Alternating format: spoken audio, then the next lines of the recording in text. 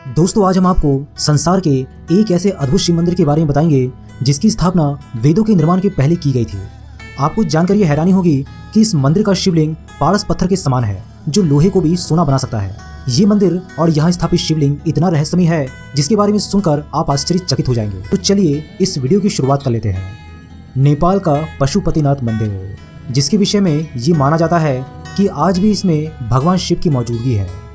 पशुपतिनाथ मंदिर को भगवान शिव के 12 ज्योतिर्लिंगों में से एक केदारनाथ मंदिर का आधा भाग माना जाता है।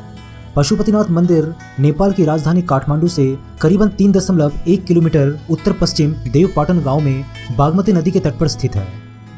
पशुपतिनाथ मंदिर के विषय में ये मान्यता है कि जो भी व्यक्ति इस स्थान के दर्शन करता है उसको किसी भी जन्म में पशु योनि प्राप्त नहीं होती। लेकिन साथ ही ये भी माना जाता है कि पशुपतिनाथ के दर्शन करने वाले व्यक्ति को सबसे पहले नंदी के दर्शन नहीं करने चाहिए। अगर ऐसा होता है तो उस व्यक्ति को पशु योनि मिलना तय होता है। पशुपतिनाथ मंदिर के बाहर एक घाट स्थित है जिसे आर्य घाट के नाम से जाना जाता है। पौराणिक काल से ही केवल इसी घाट के पानी को मंदिर के भीतर ले जाने का प्रावधान है। अन्य किसी भी स्थान का जल अंदर आप नहीं ले जा सकते। दोस्तों, आपको जानकर ये हैरानी होगी कि पशुपतिनाथ मंदिर का ज्योतिर्लिंग चतुर्मुखी है। ऐसा माना जाता है कि ये पारस पत्थर के समान है जो लोहे को भी सोना बना सकता है। इस मंदिर में भगवान शिव की मूर्ति तक पहुंचने के कुल 4 दरवाजे हैं। वे 4 दरवाजे चांदी के हैं। पश्चिमी द्वार के ठीक सामने भगवान शिव के बैल नंदी की विशाल प्रतिमा है जिसका निर्माण पीतल से किया गया है। इस परिसर में वैष्णव और शैव परंपरा के कई मंदिर और प्रतिमाएं हैं।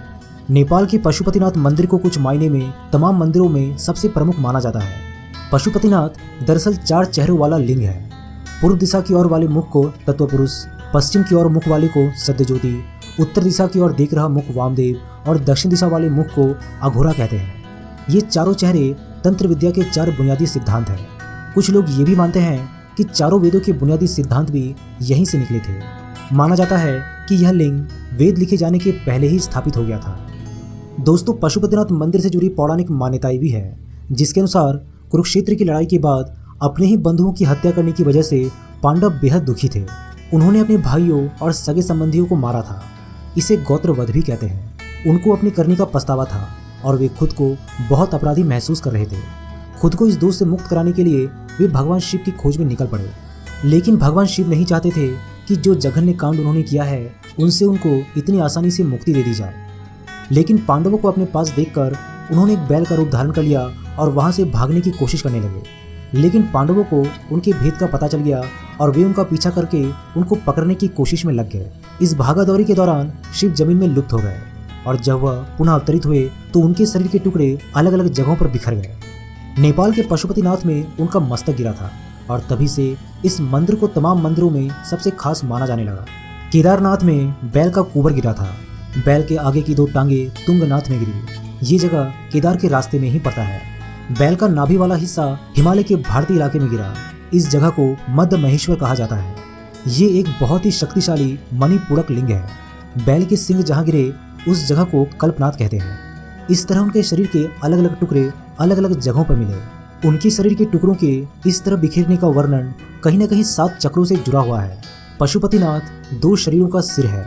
एक शरीर दक्षिणी दिशा में हिमालय के भारतीय हिस्से की ओर है, दूसरा हिस्सा पश्चिमी दिशा की ओर है। दोस्तों, पशुपतिनाथ मंदिर से करीबन 13 किलोमीटर दूर भक्तपुर है।